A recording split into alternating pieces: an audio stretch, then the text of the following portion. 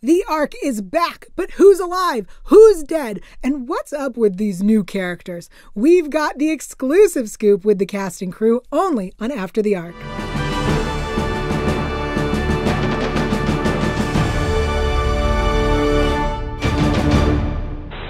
Hello and welcome to After the Ark, the official after show for the Ark. I am Yael Teagle. And I'm Adrienne Snow. We will be here all season long talking about the Ark after every episode. I am so excited to share behind the scenes secrets, to share interviews with the cast, with the writers, with the directors, really to share everything.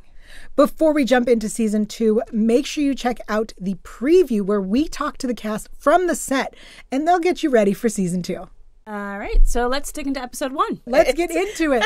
This is the season 2 premiere. How are you feeling coming back to the show? I felt really great. It was like I was like, wait, where were we last?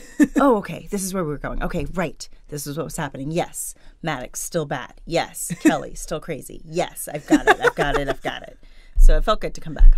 I love that description because, yes, Maddox still bad. Yes, Maddox is definitely still bad. I do find it fascinating, this idea that she was like, I'm going to save you. Just you.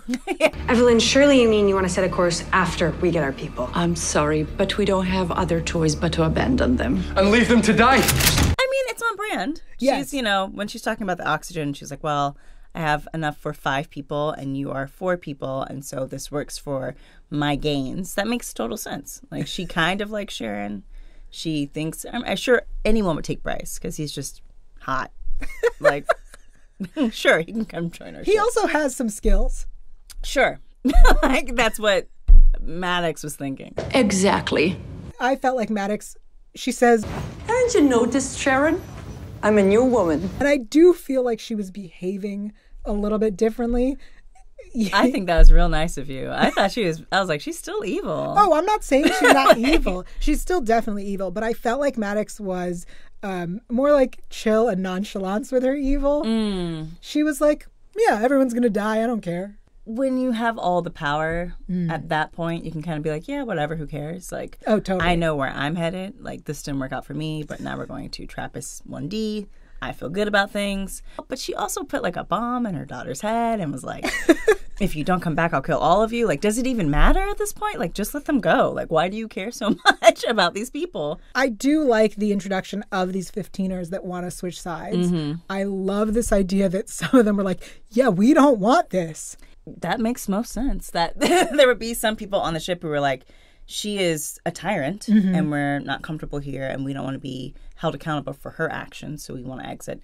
That makes a lot of sense. And they also, Arc 1 needs all the people it can get because it lost most of its people episode 1 of season 1 last year. So to have people come on that can bring new energy, and like we have Marsh who's coming in and can really help out Kabir in terms of like medical services. Now we got Kelly, and having that kind of conflict built in with everyone else. Because, yeah, she's done some awful, awful things. The fact that she is a walking, talking bomb. What's happening? What's happening back there, Dr. Marsh? Dr. Marsh, Quiet! She was a walking bomb before she became a walking bomb. Like, Yes. she's volatile already. And now we have this whole idea that at any moment she could really just blow up, like, emotionally, Actually. mentally, or physically. Let's talk about where our Arc 1 people are. Okay. Some people are injured. Kat is so injured that she dies. It probably was about the money. Those were her final words. Probably was about the money. Well, and the connections. And I was like, that's on brand. Her hitting on Felix. If only we were straight, we could have had so much fun. I'm sure we would have, Kat. Why do we meet a good man like you in heaven? Go out the way you lived. That's what I say. So if you're going to go out, you might as well get some digs in, hit on somebody, let them know it would have been a good time, and call it a day. I had said last season that Kat was the character that I related to most. And now you relate even more? I don't appreciate that this is how she went out. And I find it interesting now that Trust and Ava both are at this level of, I keep losing everybody. Yes. You think he kind of deserved it? I don't think he deserved it. I just don't think he deserves to be happy. So that's kind of where I land with Dredd. No argument here. Let's talk a little bit about Strickland versus the electricity/water, because this was the most badass we've ever seen Strickland.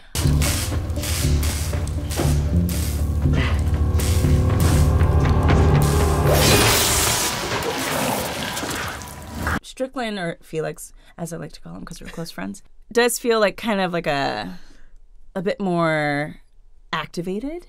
Like he doesn't seem as like quiet as he was like last season. So I'm also curious to see if they're going to like expand upon that, because it was just very like take charge of him. I agree. I'm really excited to see where this season goes. I think that we started off really strong. We figured out where everybody is and where they're headed. And I cannot wait to see where this season goes. I'm really excited for Dr. Marsh. Why? I'm excited anytime a handsome man appears on screen. No, I'm checking. I think. Listen, I think. I'm not going to argue that a silver fox joining the team Never hurts. never hurts. No, I think it'll be nice for Kabir to have a foil that isn't just Felix, I think. And having another Brainiac on board doesn't hurt. No, yeah, and it was also like a really wild episode for Angus as well. He now has Kelly blood running through his veins, and that'll be a whole thing. I don't know. He didn't seem happy about it. I think Angus being injured is an interesting twist. Him not dying, also surprising. We also meet a new ARC 15er, Kimmy. Yes. I love that Kimmy is this new character that helps, the 15ers jump ship. Yeah. And I cannot wait to see what she's really about. You trust her? I don't know. I feel like I had a hard read on her. I couldn't tell if she was good or bad, just because the first introduction of her when she's like taking on everyone to 15, I didn't get the best vibe. But then she ends up being like a cohort to Marsh. Marsh, I trust. Doctors, Hippocratic Oath, whatever. Yeah, for the most part. Yeah. I don't trust her at all. Yeah. I don't know what it is. I was just like, nah. Her jumping ship feels like she is undercover for Maddox. Yes, I did kind of feel that. But I will say when Maddox was like, I will blow you all up. Fine. You left me no choice. Sure. She didn't fall. And I was like, well, I don't know. Do you think Kelly will blow up in the future? I'm of two minds about that. A part of me is like, do it. And a part of me is also like, there's no benefit to her blowing up, like whatsoever. Unless it's like some type of weird, they land on Trappist and they're fighting off Arc 15 and she sacrifices herself to save the rest of the crew. That would be cool. I could see it being like a redemption arc where Kelly sacrifices herself to save everybody and then blows herself up. Yeah. I could see that. I can see that happening. Yeah. We'll see. But there's still so much more in this episode that we have to explore and share with everybody. Don't go anywhere. We've got exciting scoop from the set, so let's sit down with some of the cast. What is it like to come back and be with this cast and crew again? I was genuinely heartbroken to leave. So we're just kind of like crossing all fingers and toes for season 2, and then to get that news and to be back was just like super exciting. Amazing. Yeah, I feel like I put my hair in a ponytail and I'm immediately Garnett. So that's done interesting things for me in my life. It feels great. It feels so good to be back. I always sort of relate it to coming back to school after like being on summer vacation and coming back and like seeing all my friends again, or it's like I'm now on summer vacation and I'm seeing my friends outside of school. Do you know what I mean? It's such a warm like environment. It's such a family, this cast. So yeah, it's good to see everyone again.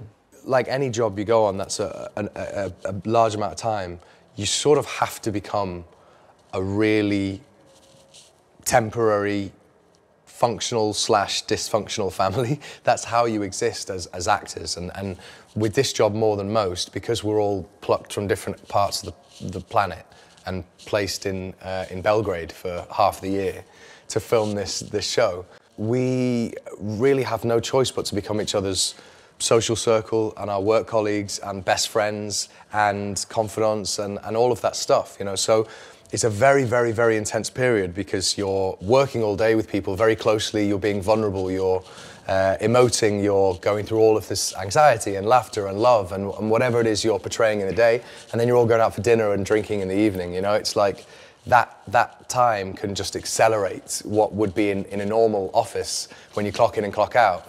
You might know a colleague for 20 years and not know them half as well as you'd know someone you've worked with here for 6 weeks. So in that respect, it's very special, very intense, and kind of wonderful. And I think we'll all miss it in our own way when we wrap. I think coming back for any season of television is always, it's an amazing honor. I mean, it's a great honor. It's an incredibly lucky thing for us all. And most of all, it's very exciting because you get to come back and work with the same cast. We have almost entirely the same crew and same heads of department on season 2. And more than anything, I think it's an amazing opportunity to come back and to raise the bar and to improve the quality and the standard of the show. For the crew, I can say it's the most creative team here in Serbia, and the cast is also fantastic. We're like all buddies, friends, so it was great from the start. You know, a lot of things happened between season 1 and season 2, and we were waiting around a long time, and we're very, very grateful to be back and to be doing it again, and to be back with this crew, to be back with this cast, to be back with this production.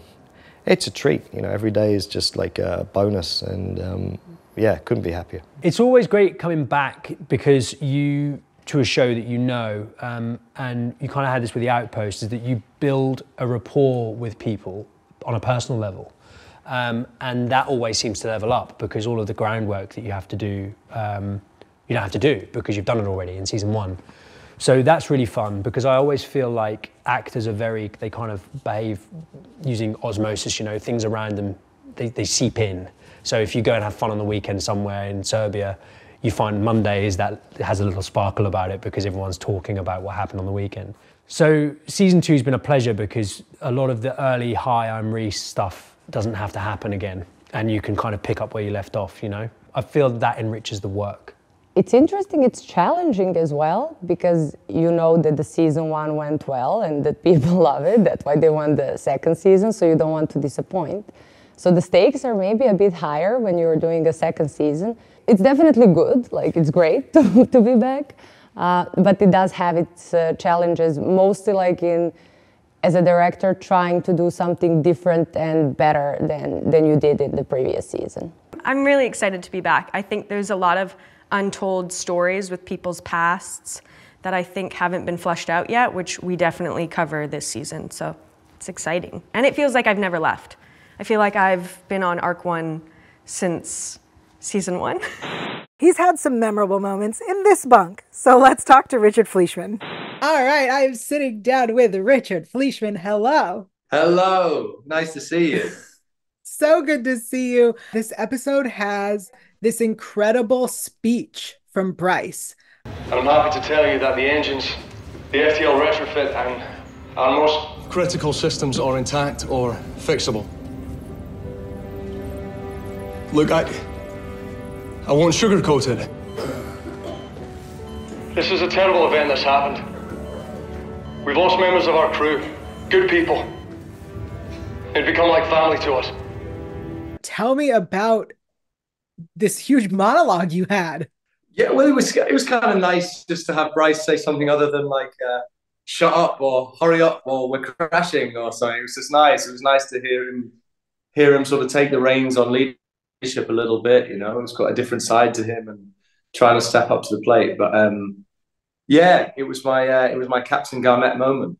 She gets these big speeches in every episode. I feel like though this, you know, starting the season off with such a big speech gives us this opportunity to reset who Bryce is. What does it tell us from your perspective where we're headed with Bryce this season? When we met Bryce in season 1, obviously we didn't know it at the time, but we met him without much to live for. That was essentially his entire objective of getting on the ship, was to sacrifice himself in some meaningful way. Because the idea of just dying like, for no reason, without a good cause on earth, didn't appeal to him. So he took the move to want to die and save the people on the ship. That was how he planned it. So we met a man who really had nothing to lose. I'm already keeping your secret anyway without even knowing what it Do you is. reckon I can push this, baby? Because I would really like to shorten this conversation. I wouldn't push it any more than that.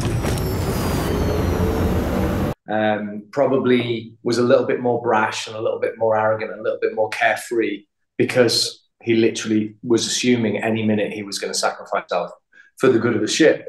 And the huge change now in season 2 is that we've met a man who all of a sudden, from seemingly nowhere, has everything to live for, and much more to live for than he almost ever had. He's obviously had his life saved. He's no longer ill, and he's fallen madly in love. And all that combined has led him to be a sort of softer and more empathetic version of the Bryce we knew in season 1.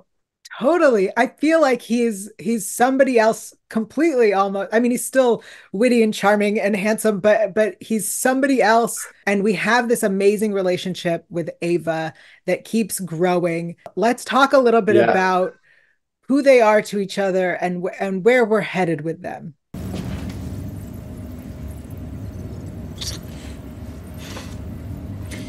It's cute how worried you are about me, but I'm fine. Really, I am. I think, like any good romantic story, and it took a long time for them to really realize that they loved one another. They mainly just annoyed one another, or rather, Bryce annoyed Ava incessantly for about 5 episodes. But now they're in a good place, and I guess it's like we were saying this when we were filming. Beggars can't be choosers. There's only like 400 people on the entire ship, so she was stuck with Bryce. What are you going to do?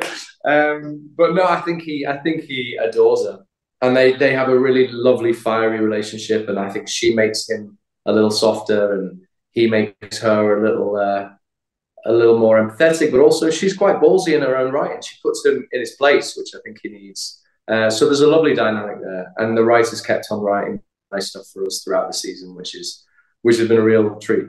It's so funny. I agree 100% that she makes him softer. And I started to think, what does he give her? What does he bring to this relationship? Don't ask.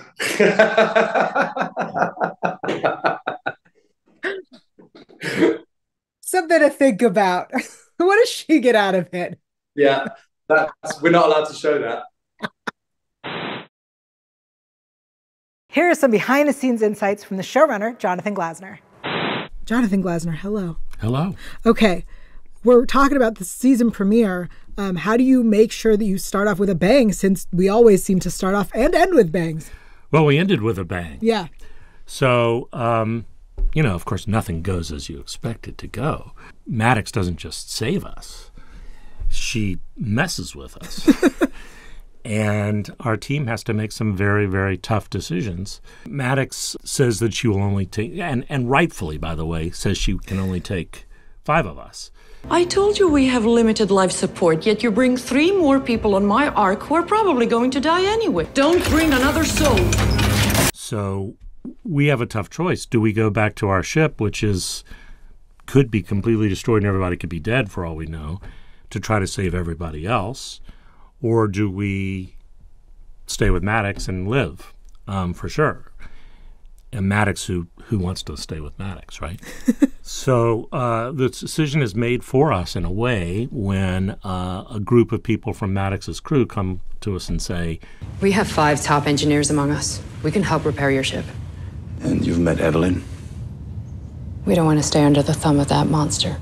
And Garnett has to make this horrible decision of double-crossing Maddox, who just saved them, and taking some of her crew and leaving the ship. And, of course, she's not going to let the rest of her crew die. So the decision is easy, and she makes the decision, and they make their escape. And that's how we get to meet some of our new characters. Yeah. Before we get to the new characters, I want to talk about Maddox, who says she's a new woman. Do you feel like she was a new woman, or do you think she's the same evil woman she's always been? I think she's the same evil woman she's always been. with one exception, and that is that she finally has somebody she's indebted to, and that's Garnett. And I think even as evil as she is, Garnett has saved her twice. She's not going to kill Garnett until Garnett double crosses her, in which case she's willing to. But even then, Garnett convinces her, you owe me, and she ends up letting her go. Now, the question is, will we meet her again? She does threaten not only to kill her, but to blow up Kelly, who has a bomb in her head. Her own daughter. Yeah. I want to be mad at Maddox, but you wrote this. So I think I'm mad at you. What are you doing? Well, how do you make an evil character even more evil? And we also wanted a chance for the audience to see another side of Kelly. A way to see, oh my God, she's a victim as much as she is a villain herself. And, when Maddox says, She's a failed experiment, nothing more. And I think that kind of says it all. We realize what an awful mom, Yeah. We didn't know that before when she abandoned her and just left her on a ship. Well, we did, but she didn't go as far as blowing her up. This episode also had a really amazing speech from Bryce. I called it his Braveheart speech, but that could have been just bias. We will persevere. Because we have to. And we will fix our ship. And we will get to a planet that we can call our home. This was an incredible speech.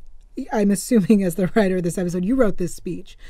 Tell me what you were inspired by, what you were thinking when you wrote this. I just felt like at the end of the show, of the first episode, we needed to lay out for the crew on the ship and for the audience watching that there is still hope and that we are going to fight on, and that it sort of says this is what this season is going to be. We're gonna keep going, and humanity always finds a way. I love that, because in the first season, the first episode, Garnett gave this big old speech. I'm just gonna throw this prediction out there: season 3, Lane gives a big old speech. Maybe. That's too predictable. I can't do that. All right. We also, in addition to gaining people from Arc 15, we lose people this episode because, as we knew at the end of last season, not everyone is guaranteed to survive. We lose Kat this episode. Tell me about the decision to kill off Kat. Oh my God, it was a hard decision. We ended the last season with the ship blown, really damaged. And so when we came back, we said somebody has to have died. I mean, we can't. It's just too Pollyanna that everybody survived. So what character do we feel like we have the least story left to do for? And that's really all it came down to. We felt like Kat had, we could have continued her romance with Trust, but that was kind of all that was left to do for her. She was just the counselor and sort of comic relief. And as wonderful as Christina was in the part, and as much as we loved her character and her, it was the one character that we felt like we had the least story left to tell. And that's really the whole reason. And she goes out in the most Kat way. That was fun to write. The things she decides must be the last thing she says. Well, remember, she's a little delirious. Yeah. She's a lot delirious. I mean, she's dying. Yes. But she tells him it was about the money. Well, that was Kat. I mean, who believes that she was really with him for love? Let's be honest. Here's the thing. Right before that, while she's being carried by Strickland, I realize she has a type. What's her type? I mean, look at Strickland and Trust. Oh, a bald type? Is that her type? They're tall. They're bald. That's about it, though. Yeah. All right. Don't sleep on all these secrets we've got from the set. Here's more. Let's start with the beginning of the season. Season 2, we find out Strickland is one of the survivors. Yes, he's like underneath a pile of metal and rubbish, and he's trying to find survivors. Mm-hmm.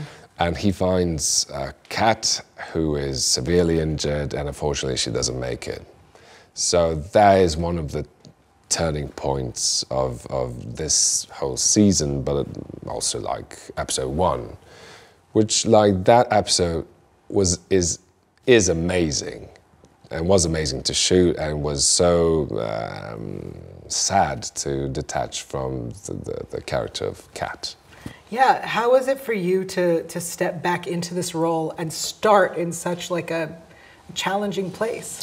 I have a feeling like this shooting never stopped, to be honest. I didn't have the feeling of like there was a year and somewhat difference. It was just like, I know where we ended season 1, and it was so easy to, you know, get into this costume and play along with those fellow friends and colleagues, and it was just like something the most natural thing to me.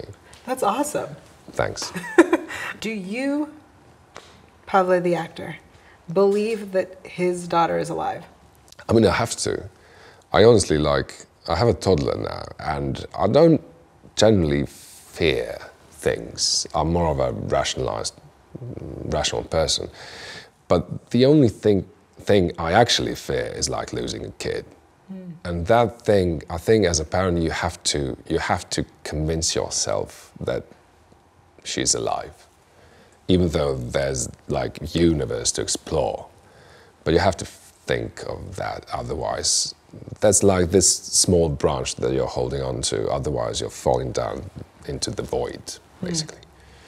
And I feel like Strickland is already dealing with so much darkness. He has to have that hope. Yeah, I think like darkness is all around, and it's like this rabbit hole. It's easy to jump into it, and it's so hard to get out of it. But you need to find light wherever you can, and even if you can't, like just think of it, imagine it, and just follow through.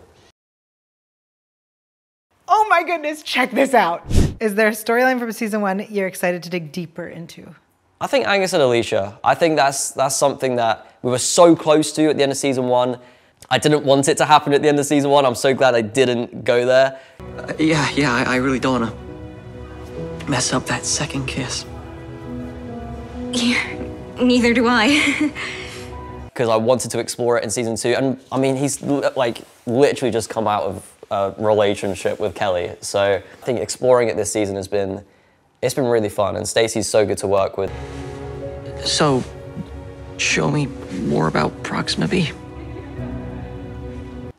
I feel like I'm really excited to dig deep into the like team aspect of everything. Like I feel like my favorite scenes are when we're on the bridge and we're all together having this camaraderie trying to like save humanity. I think that's kind of my favorite stuff. So I hope that continues further on in season 2. The relationship with Dr. Kabir, because the funny thing is that they're like both character peaks of those character arcs happen while they were together in different times. And that is something I really enjoy, especially working with Shalini Pierce is amazing. She's an amazing actress and a colleague. And as well working with Christy Burke. Sharon Garnett and Strickland have this interesting relationship. Yes, they are colleagues, friends, but there's also something else about it, which I would love to see how it plays out in the second season. The storylines change and morph, and they just catch you by surprise. So the storylines that existed in season 1, I think by and large don't really even exist anymore, because Jonathan Glassner and the writing team have pulled us in such a direction that you just don't see it coming. And there's nothing worse when you watch a show and you go, oh, I thought that was going to happen, or you know, you think, yeah, they're probably going to end up together, and they do. So yeah, season 2 is the same show, the DNA is the same, but it's largely unrecognisable in terms of plot and narrative and character, which is super fun to come back to. If you remember, this will be testing my memory now, but I think it was in episode 5, and we had Trent mentions that Bryce was a really high-ranking, if not the most revered pilot in the whole of the GSA. And an event happened where suddenly he got demoted down all these ranks and was stripped of his badges, and all of a sudden he's a navigator, and it's like, huh. So we start to find out the reasons why and what he did and how that might affect certain friendships and bonds of trust that he's formed. I think Yeah, I mean, there's multiple. You could go with like the conflict between Angus and Kelly as well, and having to live with your enemy still, like in your home. Like this is his home, so having to live with Kelly, it's obviously very, very difficult after she's tried to kill him multiple times. I think her emotional storyline, but I think we go even further back to pre-Ark, and I think that then informs, will just give the audience a much better understanding of who this woman is outside of the Doctor's coat, if that makes sense. I am sitting down with Mr. William Trust himself, Paul Murray. Hello. Hello, y'all. How are you? I'm so excited to chat with you. Season 2 of The Ark. Trust, the most untrustworthy character. You're still giving me that. You're still giving me that after everything we've been through, y'all. You're still coming straight in with the insults. It's disturbing. I have to know your thoughts on season 2. We ended season 1 with a big mystery, a cliffhanger. Who's alive? Did you think Trust would survive? On a good day, yes. On a bad day, there's no hope for the guy. It's over. Ciao. Good night. It's all done. But mainly, I was hopeful. I mean, you never know, really. I mean, in all seriousness, when you do these things, you don't really know episode to episode sometimes. So yeah, I had my doubts at various times, but I'm absolutely delighted that he did crawl his way through. Found a small gap to squeeze through back onto season 2. It feels like you're comparing him to, I don't know, maybe a small insect. Oh, yeah, that would be wrong, of course. There are many valuable things that can crawl through small spaces. Dreams are one of those things. So let's say it's a dream. It's found, an influence, a vapor of goodness found its way through a crack in the Ark into season 2.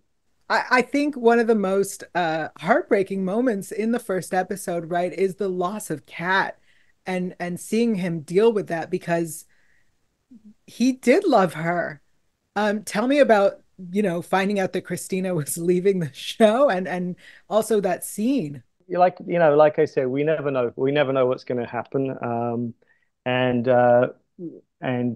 she was such a great performer, such a great actress, and such a great person on set, such a good energy. So we were all very sad to see her go, which meant the actual acting in the scene, it made that easier, because obviously there was a lot of affection for her. And when you have that, you can use that in the scene. So yeah, it was very intense. It's a very intense episode, and that's one of the most intense moments, and it impacts Trust's character quite an awful lot, I would say. Absolutely. I feel like this is one of the first times as a viewer that we got to see really him be human. I think that given everything that had happened to him in season 1 and before, it's been a long time since he really found himself in a position where he was authentic. And this, I think, probably close to death experiences bring that out in people. And I think it did in him.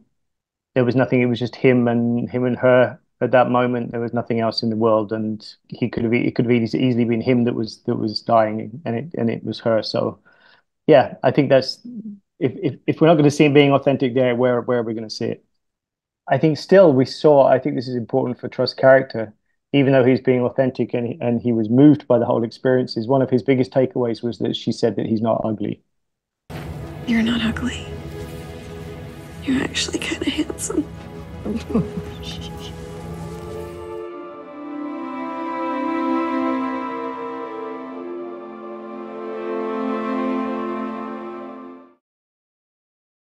We sat down with Ryan Adams, who plays Angus. Let's see what he had to say. Hello, how's it going? I'm so excited to be talking to you about the season premiere of season 2 of The Ark. Oh my goodness. We ended last season with a crazy explosion. We didn't know who was alive. And we found Angus this season, and he has shards coming out of him. Yeah. Oh my gosh. Tell me about this. It is quite the oh my gosh moment. I like literally when I first read episode 1, like, because no one knew who was gonna be in whatever state. And I remember I was literally about to go into the gym. You know, I was in my car parked up, and they sent me episode 1. I was like, oh my god, oh my god. I literally must have sat in the car for about an hour before going in, reading this episode. And yeah, like the description, I got to my character, I was like, oh no. I didn't even know if I was gonna live. Like I had no idea if, because I mean you get told that you got 2 shards of glass hanging out your chest, and I'm like, great, so I'll make it to maybe episode 2, and then I'm out of it. Do you know what I mean? So I had no idea. Yeah, what a way to start the show. I mean, to be fair, it was quite easy on my part because I just had to lie dead for about an episode. Cut it. I care about Angus so much, you know what I mean? So like to read that about him was so like heartbreaking. Well, talk to me about the process of getting the shards attached, right? Because they didn't actually stab you. My first day on set was the weirdest day I've ever had, and I shot an entire first season of this show. But like they stripped me of my t-shirt, they shaved my chest because I've got a little hairy chest, and Angus apparently doesn't have a hairy chest. So they shaved me and then like, you know, applied these like, I don't even know, silicone like things, and then like put the like, it was like rubber, it wasn't glass, it was like rubber like shards like in me, and it looked crazy good. Like the makeup team are incredible. I love them so much. And you know, they didn't make it weird either. Like they didn't make it weird that they had to shave me all the time and like put these things on me. Like they were great. Yeah, and it looked so good. It just looked really real. And I'd like take a picture and I'd send it to my mum, and she'd be like, I can't believe what you're doing. Like this is insane. I hate to see my son with 2 shards of glass sticking out of his chest. How long did it take to apply the prosthetics? Not that long. 20 minutes.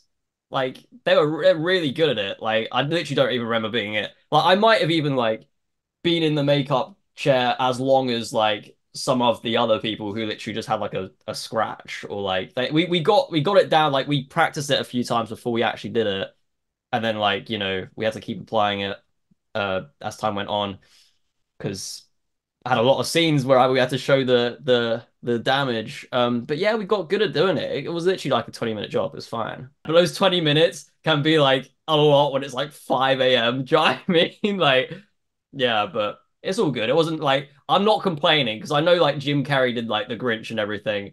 And that was, you know, I've seen the interviews. I've seen how long that took. It was nowhere near that. I was fine. I was fine.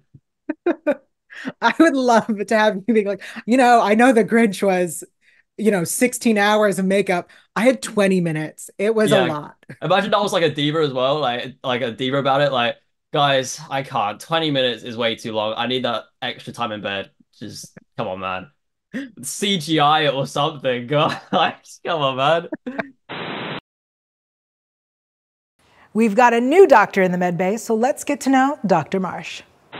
I want to talk a little bit about your character of Dr. Marsh from the beginning, right? So your character was a little bit in last season. Mm-hmm. Did you know going in for this audition that you could potentially return for a bigger role? No idea.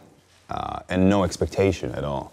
Because I know that these, well, not only these shows, but shows in general have these characters that just come in and for a little while, and then they, you know, either die or just disappear or something.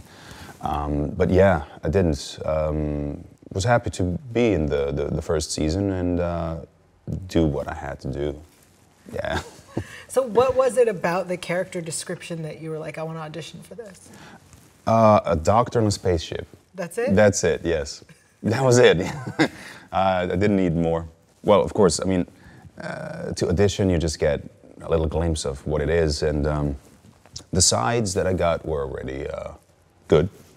I enjoyed reading them and playing that, and I thought, okay, yeah, cool, let's do this. Do you remember your audition process? Yeah, a little bit. Was it a self-tape? Oh yeah. Oh yeah. It was a self-tape. Yeah. And it felt easy, you know, and not that it's always a good thing when it's easy, but it felt like, oh, this is right. And as a doctor, you get to do medically things. How? Medically things. That's the lovely term. Yeah. Obviously, I'm also a doctor. Yes. How much medical knowledge do you have now? More than I did when we started, for sure. Yeah. So, honestly, it's a challenge at times because, for me, I have to believe what I'm doing, and sometimes I'm like, "You're not a doctor. You don't know this. What are you doing?" You know. So it's getting over that. But yeah, you learn along the way. I am sitting down with writer J.P. Nickel. Hello. Hello. Let's talk about this season. Okay. Okay. This is not your first season on this show. No. I was really lucky to be here from day one last year, which was really, really great. Tell me what feels different in season 2 in the writer's room. Well, half our staff is new, which was kind of great because when you live in it so long, for a year to have all these really talented, fresh voices come in, and they obviously watched the show, Maddie and India, who are new to our writing staff, and they're rock stars and going to be running this town someday. They got to marathon the show before starting and tell us what they saw as fans, because we know what we intended. And, we maybe scroll through Twitter when the episode airs and like and repost. But to hear other professionals say, this is what we saw, this is what interested us, this is where we'd carry the character arcs. And then to be able to say, no, you're wrong. We're going to go where we want to go. No, they're just fantastic and wonderful. And then James DeLorean, our writer's assistant, who was there from day one of the writer's room last year, too, he got a freelance script, which was amazing. It's episode 9. I think if there's any episode this season that will break the Ark internet, it will be episode 9. So it was a lot of pressure for him to do a good job, and he just knocked it out of the park. And the other thing is, when we finished season 1, I remember talking with Jonathan. I'm like, what is season 2? I remember walking in day 1 of season 1 and saying, what is the promise of this show? Is the promise that we're going to find a planet at the end of season 1, or is that the end of the series? And Jonathan was like, we're getting to a planet at the end of season 1. And I was like, well, then I don't know what season 2 is. And luckily, Jonathan had used the hiatus to really come up with sort of the vague twists and turns and where we want to go. And then, we all work on it together and hammer it out and maybe come up with, I don't want to say better ideas, but more interesting or different ways to go. But season 1, we really had a really firm roadmap. In terms of season 1, it was, there's the hidden cryo bay, and it's going to be Trust, and he's the guy who created the arcs, and we're building towards a coup, and we're going to get to a planet, and by the end, we won't be able to live on it for one reason or another. All those anchor points in the season were there for season 1. And then coming in for season 2, I don't want to talk specifics, but it was much more broad in terms of we kind of want to do a thing like this, and we kind of want to do a thing like that. And figuring out the order in which it would go and how one would lead to another was a lot of fun. And getting to be able to roll up your sleeves and do that a little more in season 2 was great. And then when you commit to this first thing, which is going to lead to the second thing, you realize, well, these 3 other ideas that we were really in love with now don't follow this trajectory. So figuring out, what new, interesting, exciting things that you've been setting up that you can do. And we didn't know for the longest time what the finale was going to be. Wow. We had a bunch of boxes we checked. We had a kind of a general idea. And I don't know how much to talk about this because, you and I are talking a year after we wrote these. But it was a really interesting year in Los Angeles because we had a writer's strike. Yeah, talk to me about how that impacted the scripts for this show. So we came back a month before the strike. And everyone in Hollywood was saying a strike's coming. And I'm like, the sky's falling. There's not going to be a strike. We're going to figure it out. It'll be like 3 years ago when it came down to 1 in the morning and the deal was reached. So for the longest time, I never really thought there was going to be a strike. So I wasn't quite feeling the pressure like a fool. I'm the first to admit I was an idiot. I think we struck for the right reasons. I'm glad we struck. It's a shame it came to that. So there was a lot of pressure to generate scripts because we shoot in Serbia, which has different unions and different rules, and they were not going to go on strike.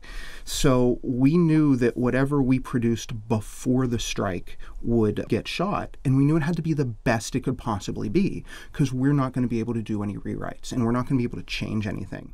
So it did create a little bit of pressure and more than your normal production timetable, because normally you're laying the track before the train with production coming. And you know that, and you have all these dates set, but you know you're going to continue to polish and work on these scripts as productions are happening. As you realize, oh, maybe we can't do our sets this way. Maybe our reach extended our grasp in terms of what we could do budgetarily, so we need to scale this scene back or this sequence back. Maybe the actors have notes. We couldn't deal with any of that during a strike, so we had to make these, the first 4, as much home runs as we possibly could.